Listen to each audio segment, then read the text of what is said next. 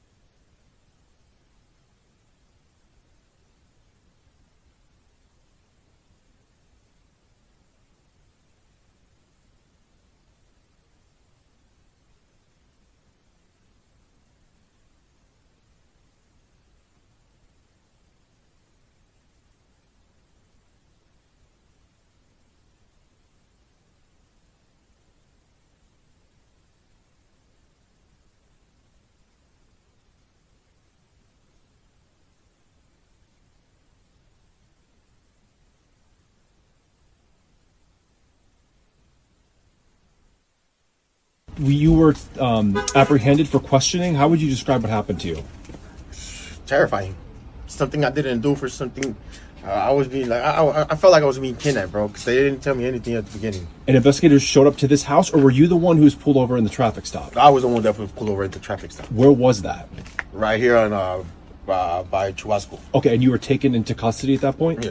And you were I was questioned? being detained. Detained, okay. I was detained the whole time. Okay, That's where? what they told me. Where were they At holding the back you? of a car. Back of a car. Miranda car, and then they moved me into a Pima County Sheriff. Are you ever up in Tucson? Yeah, I work in Tucson. What do you do? GLS, deliver packages. Okay, do you think you might have delivered a package to Nancy Guthrie's house? I don't know, might have been a possibility, I don't know. Yeah, do you ever deliver like Amazon packages or anything? Well, it's kind of the same thing. Yeah. So do you think you may have, did they indicate that you might have been on her property? You're not sure? Nah, they just came up, they until right now, all I know is that they show my in-law a picture of somebody wearing a mask or something, Mm-hmm. and they supposedly look like my eyes. Right, okay. That's it. That's all I know. Okay. Jeez. How do you think they connected that case to you? Go ask them, bro. Okay, so That's then, something you gotta ask them. I can't answer that question. did they take anything from your house tonight? Nah, I don't know. All I can say is they took my phone. Took your phone. Right. You don't have your phone right now. No.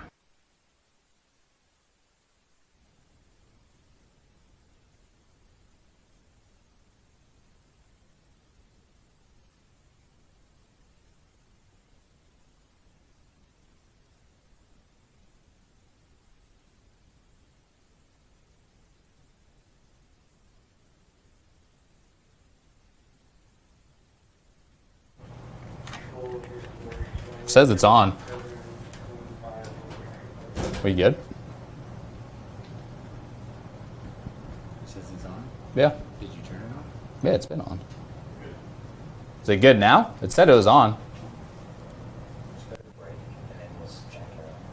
All right, let's go ahead and go to a quick break. Sorry about that. We had some technical difficulties right there. I think we might be getting the go-ahead. Anthony, are we doing okay now? Okay, gotcha. Sorry about that, guys. We've had some technical difficulties there, so I'll go ahead and just kind of recap what we were talking about there. Of course, talking about the Nancy Guthrie case and everything that we've been seeing with this. We'll, bring you another live look now from her house. This is the house that everyone has had their eyes glued on, watching for any new developments in terms of Nancy Guthrie's location. The 84-year-old has been missing since February 1st now.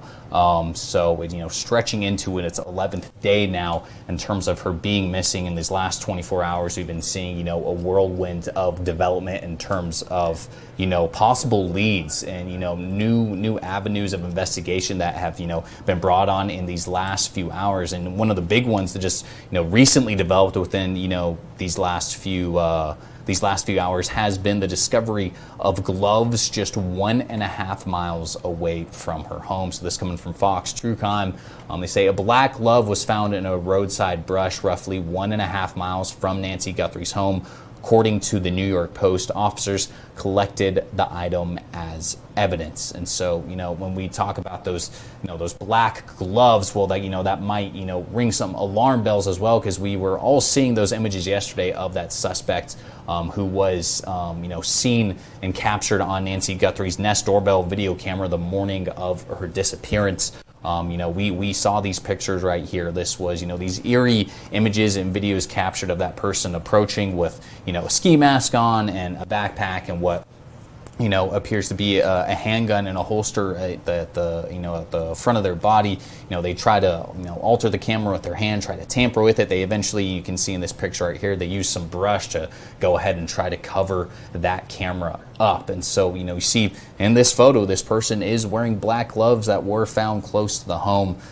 So you have to think, is there any connection there? We're going to have to wait and see, what that black glove is going to yield. Maybe if there can be any, DNA taken from it as well, or any way to correlate that to the person that is seen in this video as well. And, as I was talking about before, my mic cut out there, we just played a video from Carlos Palazuelos. He was a delivery driver that was detained in connection for questioning to Nancy Guthrie's disappearance.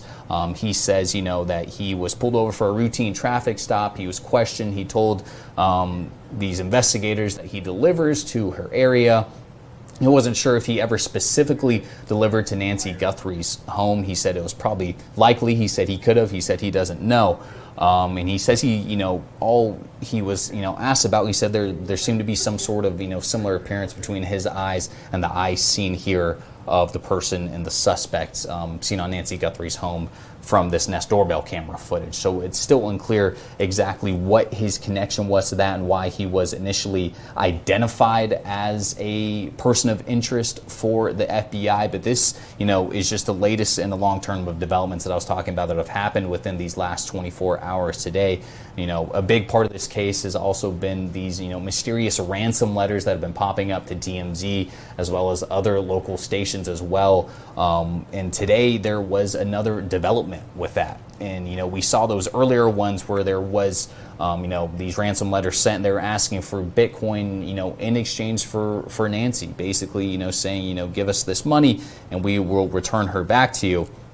But now it's a little bit of a different situation. TMZ with Harvey Levin confirming today that they received not a ransom letter, but a letter saying that they know who the kidnappers are, and if they give them one Bitcoin, which is equal to about $55,000, that they will let them know who these kidnappers are. So they're saying they are not the kidnappers, but they have information on who these people are. So very peculiar. We'll go ahead and listen into Harvey Levin. He kind of explains what that message specifically said and kind of how they interpreted it. TMZ has received another email from somebody demanding money.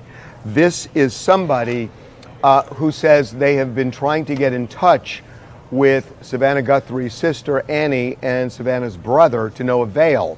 And they are now saying that they have information about who the kidnapper is, and they are demanding money. They want one Bitcoin, which is around $55,000, $56,000, depending on the hour.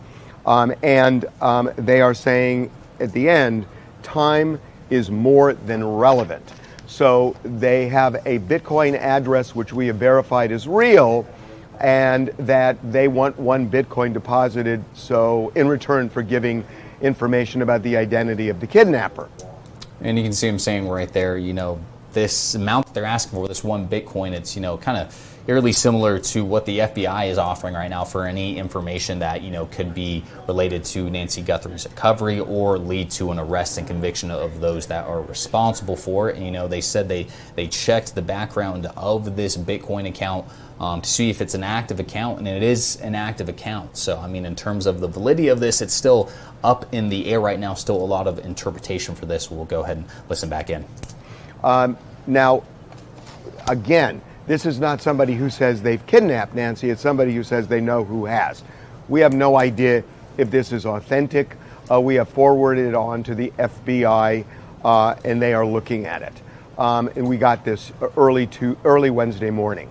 Beyond that, we have already told you that there has now been activity in this Bitcoin account that was included in the first ransom note that we received.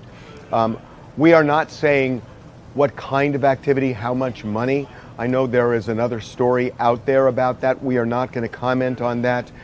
We gave our word to people and involved in this case. We are going to honor that, but only to say that there is activity, and that means something.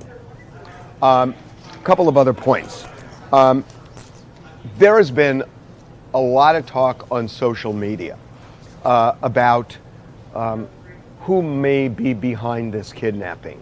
And I'm just going to kind of put this on the table, that there have been people pointing to various people in the family.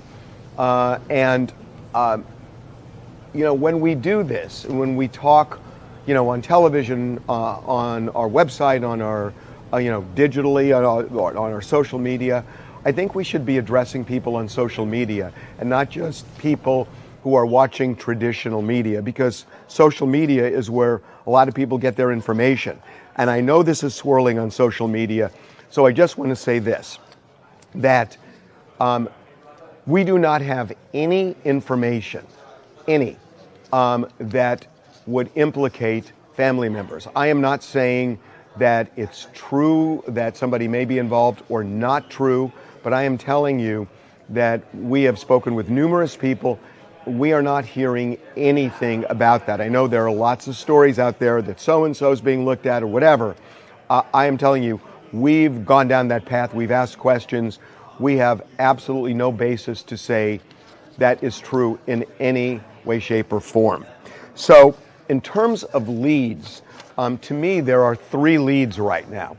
One is, given the videos, we know that this is somebody who is somewhat stocky. It is a male. It's somebody who has a mustache and either a goatee or a beard. Law enforcement has told us, people involved in this investigation, that they believe that whoever took Nancy is from the Tucson television area. And that's why, or one of the reasons why, they were sending notes not just to us, but to local television stations there. So at least now, you know, a lot to unpack within that video as well. You know, this is another, kind of, thing that TMZ has been pushing out, that they believe that the person, saying that officials have told them that they believe the person responsible for this is from the Tucson television viewing area. That feels like the way they might have sent some of those ransom letters to Tucson stations. And, they also believe, this is a man that could have some sort of connection to Nancy Guthrie as well. So still so much to, develop in this case and to be on the lookout for. I mean, just when this last 48 hours, like I mentioned, we saw the discovery of this glove. We saw a, person of interest apprehended. Now, TMZ is receiving another one of these letters as well. So just so much unfolding in this case that we'll be on the lookout for. We'll have another look at this coming up on later as well with Alec Nolan. We're both going to be sitting down, kind of breaking this down together as well. So stick around. We'll have some new developments for that. But after the end of this break, we'll also sit down with Meredith Aldis. She has a story here concerning Cat Metro and a string of bus attacks that have happened here as well. So something that you definitely do not want to miss. So go ahead and make sure to stick around for that.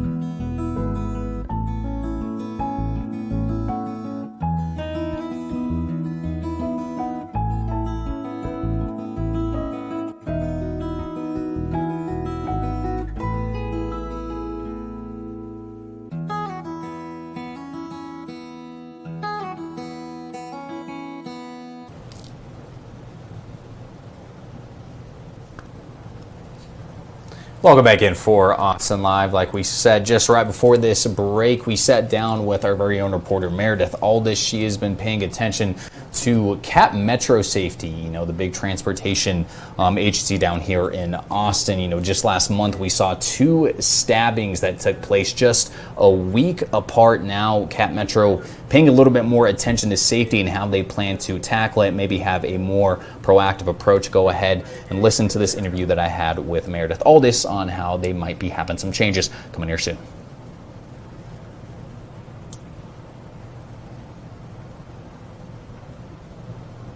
Meredith, happy to have you in here for Austin Live now, and you've been following along with quite a pretty bizarre story here concerning Cat Metro, correct?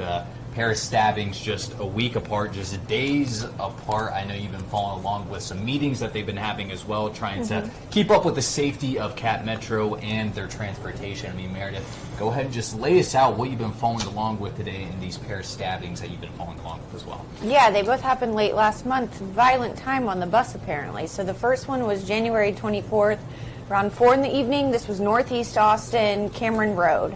So Sergio Diaz, we can show that mugshot. This man right here. Yes.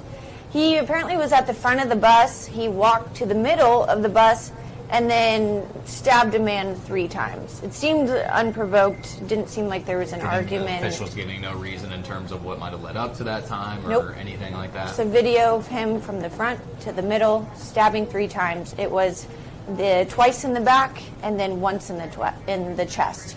Oh, and I want to preface, none of these were deadly, thank goodness. But, so that person did survive. But yeah, this guy, this is Diaz, he ran away. He was later identified though, and he was arrested for aggravated assault with a deadly weapon. He's in the Travis County Jail right now on a $30,000 bond. And him running away, did they mention anything in terms of how he was able to get caught eventually, or tips that led to his arrest, anything to that degree? A Crime Stoppers tip. Wow. Yes. There we go. And they were able to look at the video of him from the bus, and then I believe it was social media, and they were able to see that he has I think that's a tattoo maybe on his head or something. It Anyways, looks like it could be a tattoo as well as on the neck area yes. as well. So identifying tattoos, he may have a tattoo on his hand too, I believe. Anyways, so some identifying characteristics that they were able to match him. When it comes to that victim as well, I know you said stabbed 3 times, thankfully not fatal. Do we have any update on their condition right now? Anything to that degree? Okay, No. Gotcha. And when it comes to this other one as well, I know it involves a woman, Vicky Osborne, correct? Go Okay. ahead. How Yes. did that one all play out as well? Okay, so Vicky Osborne. This was 5 days later, January 29th, around 7 o'clock at night. This was downtown Austin on 5th and Lavaca. So Vicky Osborne said she was on the bus already, and then this is what she told police. She said a man got on the bus drunk, started saying racial slurs, things that she deemed offensive. You know, she was just getting offended by this man. She didn't like it. She threatened him. She was going to stab him. She said, "I will stab you." And he said, quote, "Go ahead then." And she did stab him. She stabbed him in the chest. Apparently it wasn't too deep, but he was bleeding. And she was arrested after police talked with her. Police said, "Did you feel threatened?" Originally she said no, and then she went back and said she did feel threatened. Anyway, she ended up being arrested for aggravated assault and is in the Travis County Jail right now on $3,000 bond. So she basically wasn't agreeing with this guy, how he's behaving on the bus, his behavior, things along that line. Basically says, "I'm going to stab you." He says, "What? Go ahead." Correct. Yeah. And she says, "Go ahead then." and takes him up on that offer. Yes, and stabs him in the chest. Wow. So- And do we have any details on her arrest in terms of how all that played out, in terms of what led up that? She was still there. Still there on the scene. Okay. She didn't run or anything. So, contrary to Sergio, she stayed on the scene over there. That's where they're Yes. able to arrest her. And then, I mean, I know might not be another update as well. Do we know anything about that victim right now No, as well? Okay, just know don't. we know so far. Not fatal. Right. I know earlier we were talking as well. Unfortunately, this isn't the first time that we hear about these things happening on Cat Metro buses. It's used by people all across the city, and unfortunately, we do hear about these incidents happening quite a bit, and sometimes they actually do turn out to be fatal. I know last year we dealt with a pretty aggressive one that kind of took the community by shock. I mean, I know this one ended up being deadly. It was another stabbing. I mean, you had followed along with that one very closely as well, if you want to give the details for people as well. Yeah, so this was back in May 2025. It was around 6:45 in the evening off of South Lamar when Deepak Candle, he's a homeless man, known to be homeless, has a criminal history. He's been in and out of jail many times, mostly misdemeanors though, but been in and out of jail. He was sitting next to a man named Akshay Gupta, and Deepak Candle is accused of stabbing him in the neck. He was just sitting next to him, and he said that he resembled his uncle, and that's why he stabbed him. So he ended up being charged with murder. I put in here to in and out of jail since 2016. But the most recent update was from August. He was deemed incompetent to stand trial. So basically what that means is his trial is, or his case is on pause. He's put into a mental health facility, needs to recover, whether that be medication or what, get him sort of right to be able to stand trial. And medical experts have to be able to deem that he's competent to stand trial, so everything's on pause until that happens. And I've covered cases where it has been years. There are some people who stay in the mental health facility for the rest of their lives and they're never deemed competent again to stand trial. So we don't have a timeline as far as how long this could take. Just as for right now, this case is basically dead into the water until It is. some sort of, decision is made on his mental competency. Exactly. All right, Yeah. gotcha. And, Cat Metro, at least for today, they were trying to address some of these issues, correct? Their board meeting today, safety, one of their top concerns at least. I mean, at this board meeting today, did they address these specific recent stabbings that we saw, or what were they mainly talking about when they were at this meeting today? Yeah, I thought they were going to address them specifically because this was the first meeting that they've had since these stabbings. But they really didn't. They didn't bring up the stabbings whatsoever, but they did give an update on the safety, protocols or safety initiatives that they've done since, the past few years, and just giving an update this month. And they talked about some of the successes that they've had, and also being in a program that is also incorporates different transit systems across the country and the initiatives that they've taken. So that's like lighting, visibility, having the presence of the Cap Metro Police Department, also working with different city agencies for homeless people, for people with mental health problems. So they've had some success with that they're saying. But yeah, this is all about improving the perception of safety. Improving the perception. Did they mention anything about, substance use playing a part in any of this, or how they might approach substance abuse? I know, just talking about all these incidents, it reminds me of, an incident we saw not too long ago last year as well. You might Yes. remember Harold Keene. He was the man responsible for the shooting at the Austin Central Library, shooting a person there. But hours beforehand, it was discovered when we got that affidavit, he had pointed a gun at a woman and a small child. Ate what appeared to be a bag of meth before shooting a victim who asked the bus driver. Yeah, he didn't light up or inject. He ate meth apparently on this bus before shooting a victim, another witness who asked for the bus to be stopped. And so it seems like at certain points that substance use does sometimes play, a role in these incidents that we're seeing. So I was curious to see if they were mentioning anything about that at the meeting today, but you said more just kind of about the perception of safety and how they might address that. And I think them just talking about the different agencies that they partner with, I think they mentioned like more than a dozen agencies that they work with to try to help people. And so I assume there's got to be some that help with substance abuse as well, I would assume. But Meredith, anything else for this case? Anything else that you noticed today that feel like it's important for people to know, maybe about the direction that Cap Metro is going towards the safety of its transportation? I think it's interesting to note that Cap Metro Police are the ones who responded to this. Their police department started up, I believe it was in June, so they're fairly new, and they're already working on these investigations and already working with these types of cases.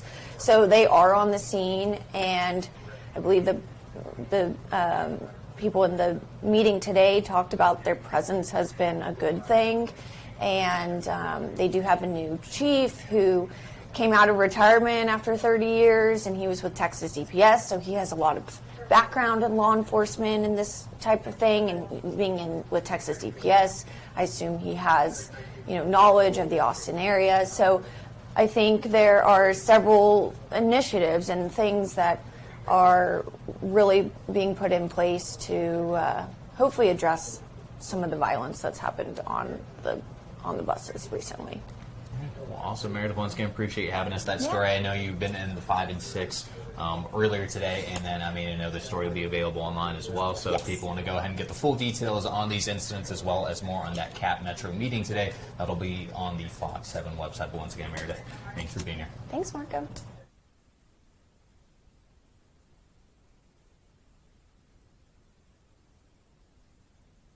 Website, but for now we're going to go ahead and just go to a quick break real quick. Go ahead and stick around. We'll have Alec Nolan with us here in just a little bit, talking about once again the Nancy Guthrie case, as well as some weird things going on with the airspace over in El Paso as well. We have that on the other side of the break.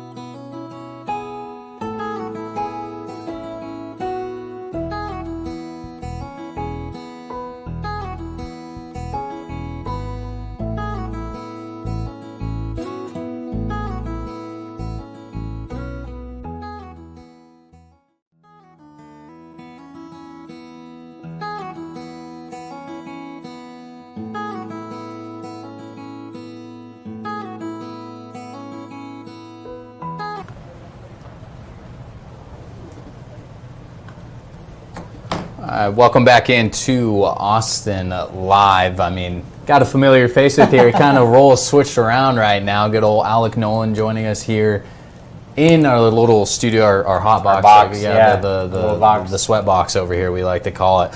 But Alec, I mean, we were talking about this earlier today. Some weird things going on over in El Paso, specifically their airspace. You guys might be, have heard of this at home. You woke up this morning, I at least saw it on my phone as well too, and it says, El Paso airspace closed by the FAA for the next 10 days. And no reason given. No, I think the weirdest thing was to me, like we see sometimes that airspace gets closed for certain security reasons. The first thing that comes to your mind is, okay, is this a national security threat? But to see the 10 days put in there, I thought, what could be so bad that they're already anticipating a need not only to close this right now, but to close it for the next 10 days. So it was worry, concern, and then we heard conflicting reports. And the Texas Tribune, right next door to us right here, being a part of that. So the first report's coming in saying Mexican cartel drones, and we find out that's not the case. No, I mean, Reportedly. because Pam Bondi during the congressional hearing today, she used that as one of her examples, saying, talking about the security of the country, saying, Right. it was earlier today that we just took down Mexican drones, coming over the border into the U.S. and then. Turns out, you hear so many conflicting reports, and I think that's one of the most astounding things about this as well, is there's no clear line of communication for this in terms of what is happening, the reasoning behind it. I mean, and we'll, get to this soundbite here in just a second, but, there was a press conference held earlier today by El Paso officials, and they said they woke up just like the rest of us today. That's concerning. The mayor says that. Yeah. The chief of police says that they woke up and they said they found out that, okay, our airport is closed, basically.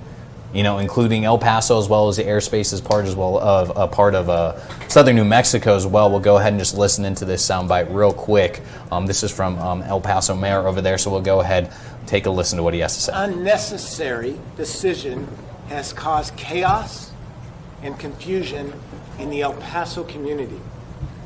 I want to be very, very clear that this should have never happened. You cannot restrict airspace over a major city without coordinating with the city, the airport, the hospitals, the community leadership. That failure to communicate is unacceptable. These types of decisions have consequences. Medical evacuation flights were forced to divert to Las Cruces. All aviation operations were grounded, including emergency flights. This was a major and unnecessary disruption, one that has not occurred since 9/11. El Paso is not just a dot on a map. We are a major city. We are the sixth largest city in the state of Texas, and we are the 22nd largest city in the United States. Without hospital, military operations, and emergency services and critical infrastructures that depend on coordinated and reliable airspace operations. Decisions made without notice or coordination puts lives at risk and creates unnecessary danger and confusion. El Paso Mayor Renard Johnson there speaking, and a pretty powerful quote in there saying this hasn't happened since 9/11. He's comparing this closure to one of the worst aviation disasters within the country, and he also goes on to say in there that beyond just the disruption, okay, yes, we had flights canceled for people traveling domestically, but this also affected medical supplies coming in as well. They had medical supplies being flown in from Dallas and from surrounding areas, and said we flat out just didn't get those supplies. Yeah, it's very odd because when you have it used to be like, okay, this happens, here's the report, here's what we're learning, information gets gathered. But for some reason, there's always there's this continued two sides to every story thing. No, there's not. There's what happened and there's not what happened. Okay, so let's get that out of the way. But during the hearing, to have the Attorney General Pam Bondi say we shot down a Mexican cartel drone, and Sean Duffy to say, yeah, Mexican cartel drone. And then you have other industry sources that these longtime media members have said for years, these are the people we talk to that are on the inside, they give us information. So unless those people this entire time have been giant liars about the whole thing, Then we learned that it was a party balloon that was shot down by a high-powered laser. So none of it makes sense. So many pieces None at of it play makes sense. within, and that's how I kind of want to walk through, just so you can kind of see what this timeline was. This is, all according to Fox News. They said that a U.S. official confirmed to Fox News that the U.S. military had shot down what was later determined to be a party balloon near El Paso, Texas, after initially assessing it as a possible foreign Must drone. have been a pretty big party balloon. Yeah, to be mistaken as a drone. The misidentification eventually led to this total shutdown of the airspace around El Paso airport, but a separate U.S. administration official had told Fox News that Mexican cartel drones had breached U.S. airspace near El Paso and that the counter-drone measures were taken to disable them. And that's what we all heard at first was, okay, there's cartel drones in the country. Okay, that makes sense. It makes sense. But then... But that was also concerning because when I heard, okay, the Mexican cartel, there's this incursion with drones, and is there about to be a war at the border over whatever's happening? We've seen the Trump administration bombing those boats off the coast of Venezuela, and we've seen that in the Caribbean. So I'm thinking, okay, does that relate to this situation? Is this a supply chain issue? Are they fighting back against these drug boats or whatever being taken? That was my first initial thought. But then when the more information comes in, it was very odd to me that this is the way the information was distributed. And I think to the point of the mayor here, it's concerning that they didn't know anything. And their job as leaders of that area are to protect their people. And so when you have a situation like that, it raises a lot of questions as to who's in charge, what are the protocols, how did this happen? It's really weird. I mean, it's weird. It's so weird. You mentioned, it just goes on and on. We talk. Where do you get the 10 days from?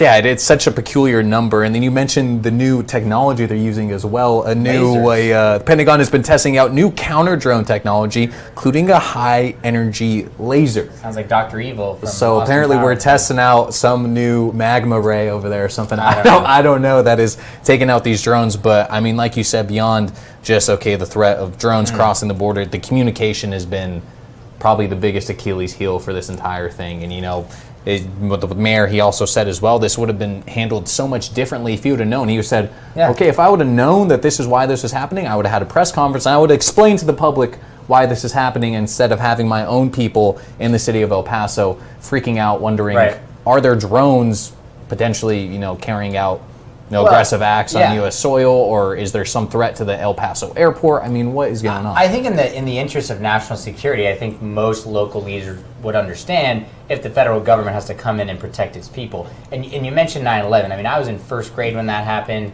Obviously a much different situation being on the West Coast, but I have talked to people that were there on the East Coast during all of that, and everybody was scared. All the airspace is closed. You're wondering what's happening next. So I'm sure a lot of people out there in El Paso very concerned as to, wait, 10 days, what's going on? And probably worried about their own family and friends right there in their own neighborhoods, not getting any answers. And then when you come to find out that even your mayor doesn't know. And still right now, no official story to this. We are getting, you have Fox News saying sources tell us. Sean Duffy says one thing. They say this at this presser. Granted, this was earlier today, but they said we still have no official notification. So even it's also, bizarre. I don't know where this exactly would be, but if drones are getting shot down, don't you think there'd be some sort of video? Especially nowadays, where we have videos of everything. I don't know. There's so much. It's very remote out there, but. So much to unpack here in this story, something that we definitely been keeping an eye on here in the newsroom, but of course another story that we will be keeping our eye on as well, coming up right on the other side of this break. Nancy Guthrie, Alec, these last 48 hours, so many developments, so many different things to try to keep our heads on. We'll go ahead and break those down here in just a few minutes. Stick around.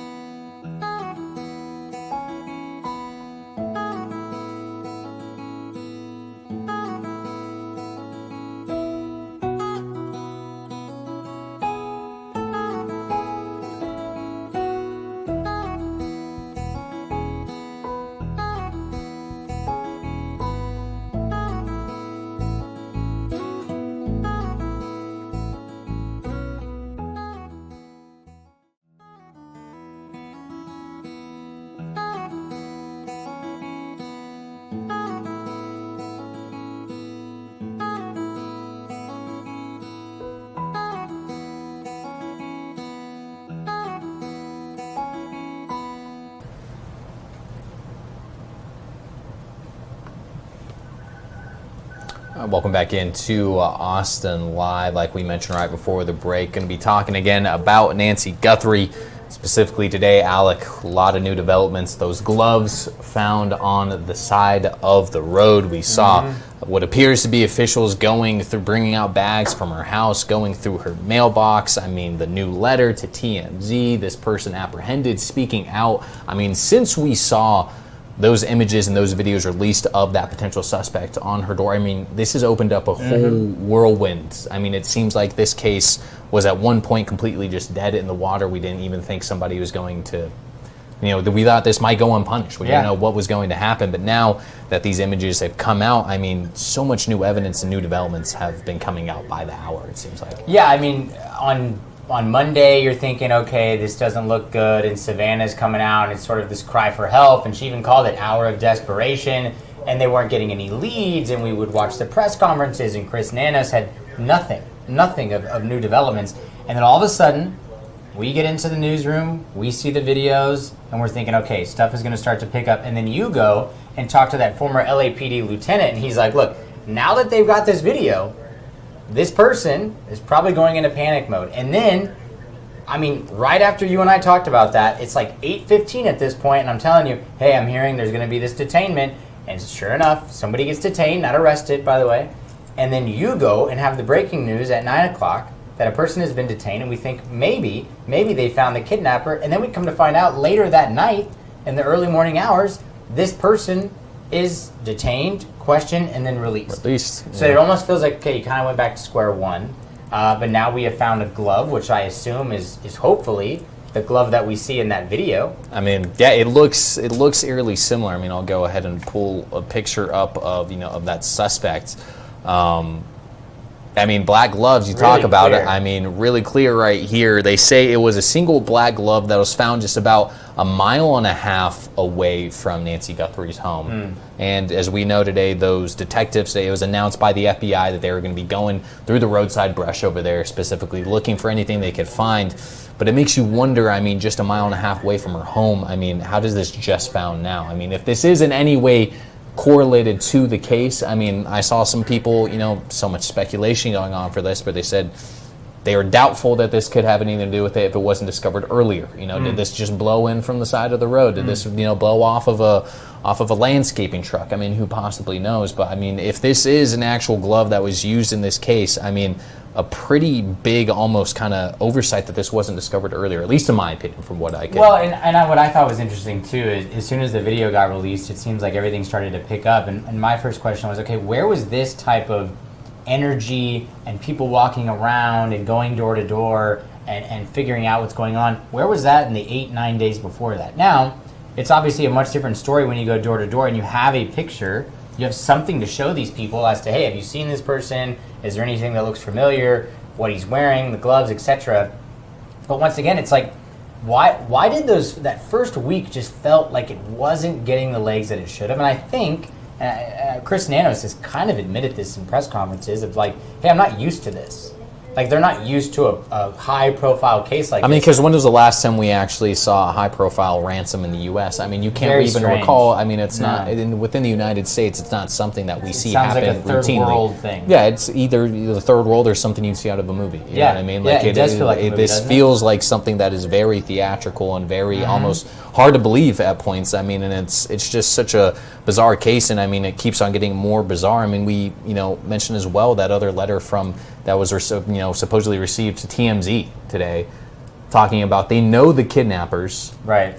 They want 1 Bitcoin. They want 1 Bitcoin of roughly $55,000, very similar to the amount that the FBI is offering for any clues that might lead to Nancy's discovery. I mean, when you hear about that letter and you hear supposedly in this letter they're saying they've been trying to get in contact with her daughter Annie and with his husband, and they haven't been able to, so that's why they're resorting to this. I mean, you hearing that, how do you feel about the validity of this letter, and if you feel like this has any sort of weight within this investigation? Well, I've thought it interesting this entire time that TMZ has been at the forefront of this thing. Like, what is it about TMZ specifically that allegedly made this captor or captors reach out to them specifically? I mean, Harvey Levin, we have seen him every single day out in front of this, I think you're going to get a lot of bad actors. I mean, people see the traction this story is getting. Maybe they see a quick and easy way to make a buck. I mean, we saw the guy who sent the fake letter,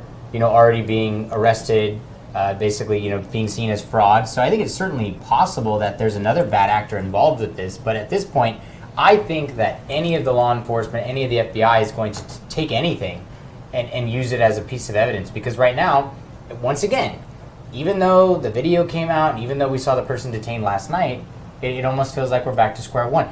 Mind you, amid all of this, and we were talking about it last night a little bit, like, oh, they have someone detained. Yeah, but where's Nancy? So it's like, even though you found the glove, even though you have this video, even though you've got these still images up and you're going door to door and you've got some leads and you think maybe this is a ransom letter, we don't have the primary question. And the primary question is, where is that 84-year-old woman? With no idea. I mean, it's still such a question that's, so up in the air, and we talk about this kind of, maybe it seems like going around in circles, you know what I mean? And we see, now we see these other videos, coming out. I mean, what appears to be agents or some sort of law enforcement outside of, Annie Guthrie's home, and here they are, carrying out bags, one of them wearing blue gloves, going through her mailbox. I mean... What is that bag there? I don't know. I mean, it 300. Seems to be a... It's not what's in the box. No, what...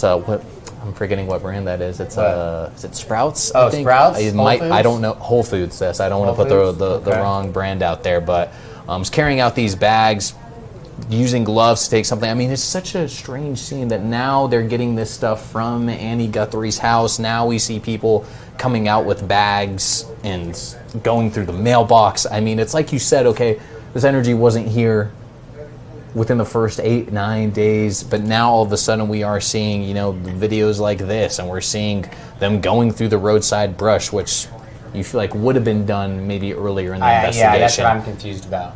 And it's just very, very strange. Well, and the other thing too is like they have essentially admitted that Chris Nanos is like Monday morning quarterbacked this as a way to say like, yeah, I probably should have done things differently, or I probably could have done things better this way or that way. And so it does raise questions, but you can do this with any case. I just think we have missing person cases all the time.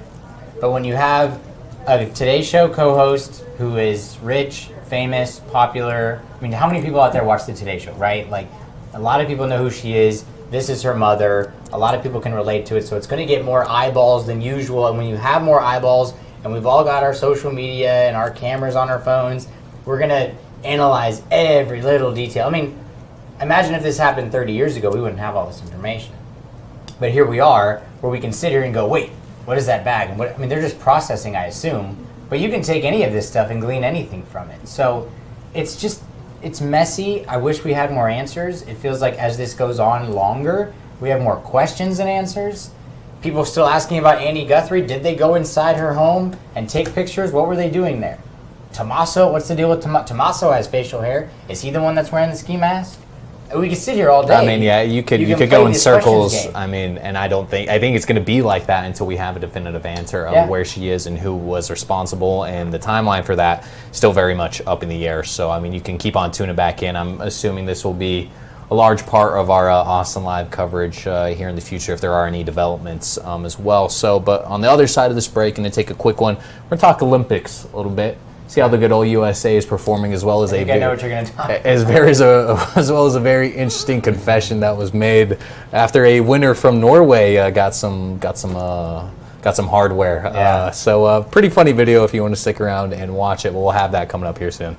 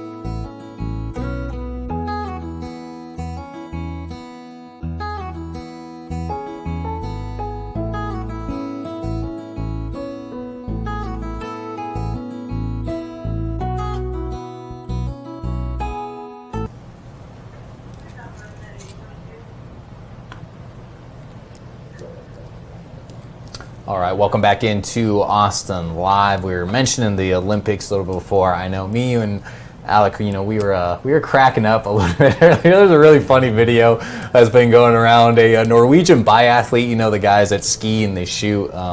He ended up winning bronze. A very admirable feat. But he had quite an interesting confession in the post-game award. Just go ahead, take a listen. I at least thought it was personally pretty funny. I don't know. There are subtitles, by the way. Sturla Holm-Lægra, gratulerer så mye med OL-bronse. Hvordan har du det? Det er stort. Det er min første OL-medalje. Og jeg vil takke alle som har hjulpet meg på veien. Smørerne for en kjempegod skidag, og hele familien som har backa meg. Og så er det en jeg ville dele det her med, som kanskje ikke ser på i dag. For et halvt år siden så møtte jeg mitt livs kjærlighet. Verdens vakreste, fineste person. Og for 3 måneder siden så gjorde jeg min største tabbe og var utro mot henne. Og det fortalte jeg for en uke siden. Og det har vært den første uken i mitt liv. Så jeg hadde gullmedalje i livet. Det er sikkert mange der nå som ser på meg med andre øyne.